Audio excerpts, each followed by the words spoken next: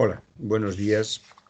Hoy estamos con don Rafael Jiménez Asensio, que es muy conocido en el sector porque es catedrático acreditado de la universidad, es abogado, doctor en Derecho, por supuesto, con importantes publicaciones.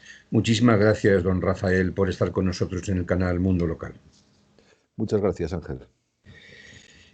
Usted empezó haciendo una tesis doctoral, recuerdo perfectamente, sobre la historia de los procesos selectivos de los funcionarios. Ha trabajado usted Derecho Constitucional, Derecho Administrativo, pero últimamente veo que se dedica usted mucho al derecho local. Es un tema interesante para usted, es un objeto de trabajo. ¿Qué es el derecho local para usted?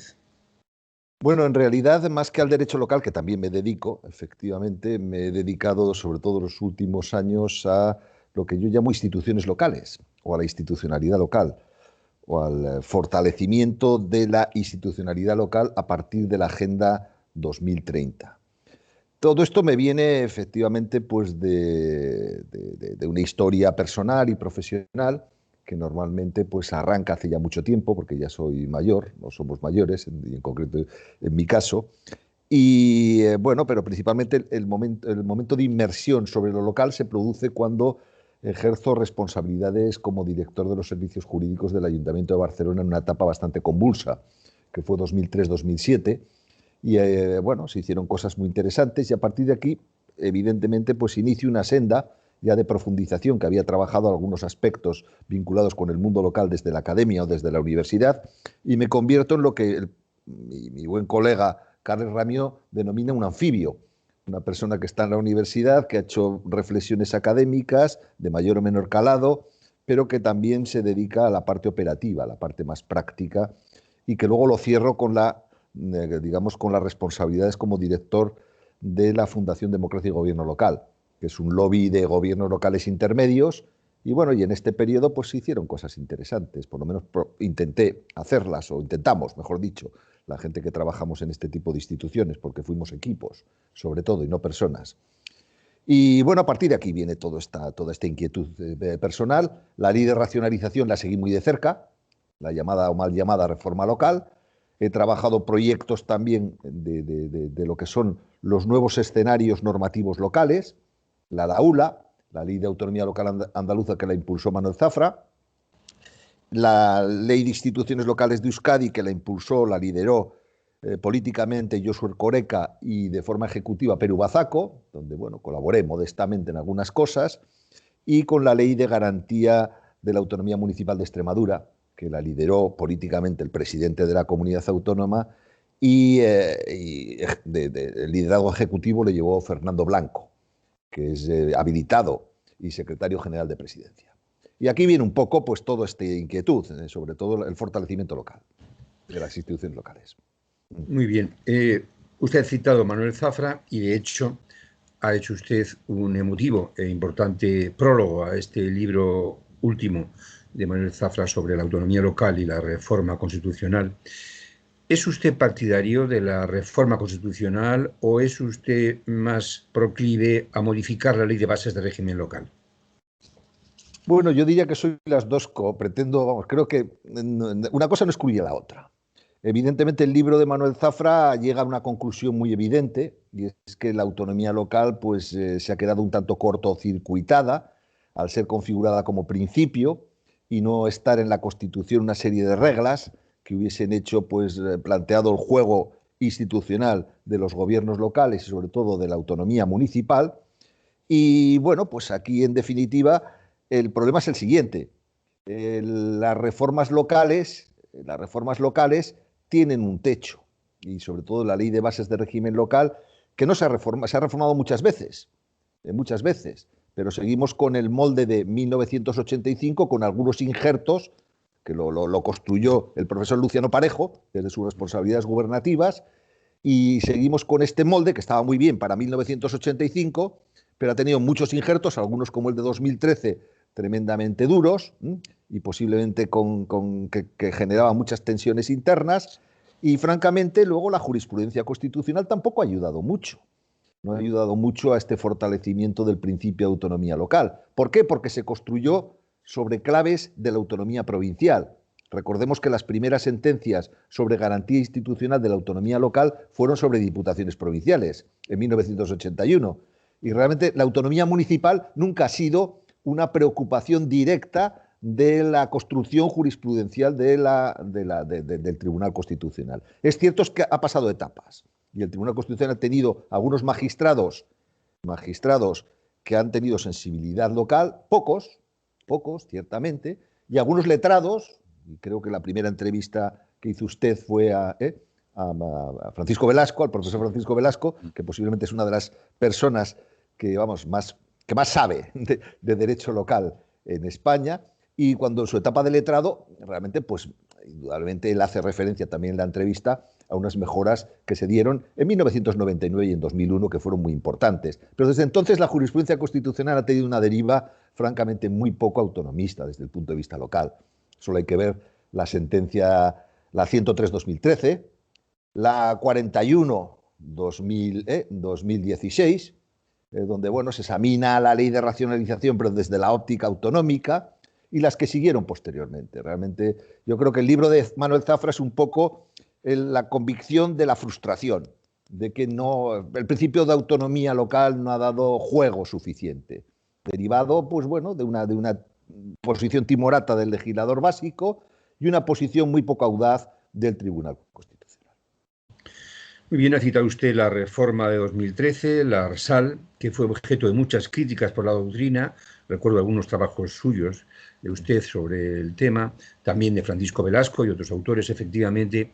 Sin embargo, han pasado ya 8 años y estamos con la misma reforma local de 2013, perfectamente vigente, y nadie dice una sola palabra. ¿Qué cree usted? ¿Por qué no se modifica esa reforma si tan desafortunada fue? ¿Por qué no se reforma? ¿Sabe usted?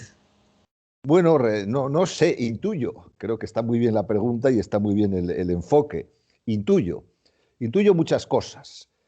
Intuyo, en primer lugar, como el profesor Antonio Enviz dijo en su día, que la reforma local se hizo en un contexto económico-financiero y, sobre todo, en un contexto fiscal tremendamente duro. El objeto de la reforma fiscal no era otro que ahorrar 8.000 millones de euros.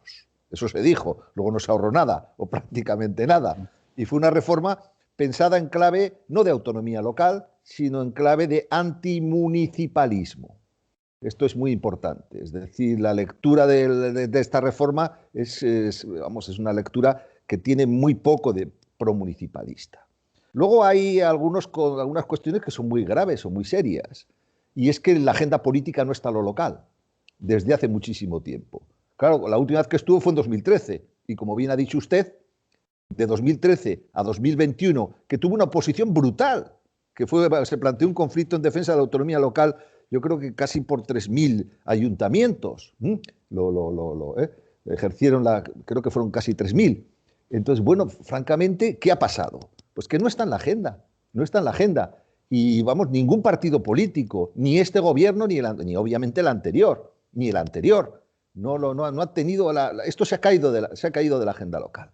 Vamos a ver si el nuevo Ministerio de Política Territorial, yo tengo alguna esperanza, porque el ministro actual procede de Cataluña, y en Cataluña el Partido dels Socialistas de Cataluña siempre ha tenido una impronta muy municipalista. Vamos a ver si esto mejora algo ahora. A poco que mejore, será bienvenido, porque realmente lo local está en una situación muy dura, muy abandonado, y porque también la tensión política, la polarización política está influyendo en unas adormecidas asociaciones municipalistas. La Federación Española de Municipios y Provincias no está en sus mejores momentos. Yo creo que esto es importante, subrayarlo. El Real Decreto Ley 27/2020, que fracasó en la convalidación, creo que fue un desafortunado intento, y ahí se bendijo, por una parte, se fracturó la Federación Española de Municipios y Provincias. Las asociaciones como la Federación de Municipios de Cataluña, la Asociación de Municipios de Cataluña, el mismo EUDEL, tampoco están en sus mejores momentos, hay que decirlo, porque yo creo que no prima lo local, prima lo político. Y esto es importantísimo. No prima la institucionalidad. Yo creo que es importante que las asociaciones de municipios defiendan el municipalismo y defiendan lo local, antes que lo político. Y esto es muy importante. Y creo que todos los líderes de estos de estas asociaciones, y yo he colaborado con muchas de ellas, y con Eudel he colaborado mucho, y Eudel ha tenido momentos en que ha defendido mucho el municipalismo. Lo sigue defendiendo, pero no quizá con el vigor y la fuerza que es necesaria en estos momentos. Y la Federación Española de Municipios y Provincias, yo creo que con poco vigor, con poca fortaleza y con poca unión, sobre todo con poca unión. Y esto no es bueno, esto no creo que sea bueno. ¿Cómo ve usted el papel de los ayuntamientos en esta grave pandemia y concretamente la gestión de los fondos europeos y los gobiernos locales? Este es otro ejemplo muy interesante de por qué lo local está fuera de la agenda política, muy marginado en la agenda política. Solo hay que echar un vistazo al reglamento de la conferencia sectorial de fondos europeos. Si se echa un vistazo al reglamento de la conferencia sectorial de fondos europeos, se podrá observar, creo que ya se ha aprobado definitivamente, o está, al menos yo barajé una de las últimas versiones, la presencia de la Federación Española de Municipios y Provincias en votos es 1. Lo mismo que la ciudad de Ceuta, autónoma de Ceuta, o lo mismo que la ciudad autónoma de Melilla. Esto es importante, ¿eh? ¿Cuántos municipios hay en España? 8.123. ¿Cuántas diputaciones provinciales? 38. ¿Cuántos consejos insulares, cabildos insulares? ¿Cuántas mancomunidades? ¿Cuál es la densidad numérica desde el punto de vista institucional de lo local y la importancia residual que tiene? En la gestión de los fondos, yo creo que tendrán un papel protagonista los municipios y los gobiernos locales. ¿Por qué? Porque muchas de las competencias que están afectadas por los grandes proyectos europeos tocan con lo local. Agenda urbana, Agenda 2030, todo lo que tiene que ver con infraestructuras también, en muchos casos, digitalización también sin duda, toda la cuestión de desarrollo rural. Es decir, hay muchísimos puntos donde, bueno, y sobre todo los dos grandes campos del mecanismo de recuperación y resiliencia, que son digitalización, transición digital y transición ecológica y digitalización, que conjuntamente son el 57% de los fondos, aquí pues hay muchas competencias locales. Pero en la preparación de estos proyectos, ¿qué está fallando? En la preparación de estos proyectos lo que están fallando es sinergias. Está fallando este asociacionismo que muchas veces es informal.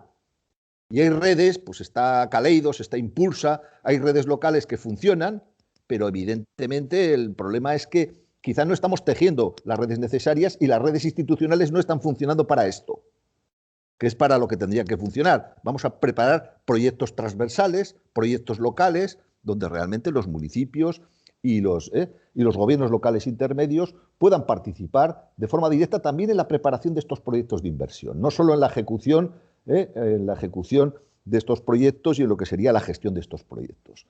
Y yo creo que esto es importante, y sin embargo el modelo de gobernanza que se ha creado en el Real Decreto Ley 36/2020, que ayer lo bendecía el dictamen del Consejo de Estado, y digo ayer, aunque el dictamen tiene 2 meses y 10 días, porque ayer lo hicieron público, después de 2 meses y 10 días, el dictamen bendecía el modelo de gobernanza, pero lo bendecía desde el punto de vista legal. Dice, no contraviene el orden jurídico, pero desde el punto de vista institucional o desde el punto de vista operativo no es un modelo de gobernanza, digamos, porque prescinde del nivel territorial y sobre todo en este caso concreto del nivel local.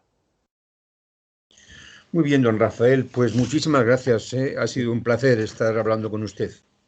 Pues muchas gracias, Ángel.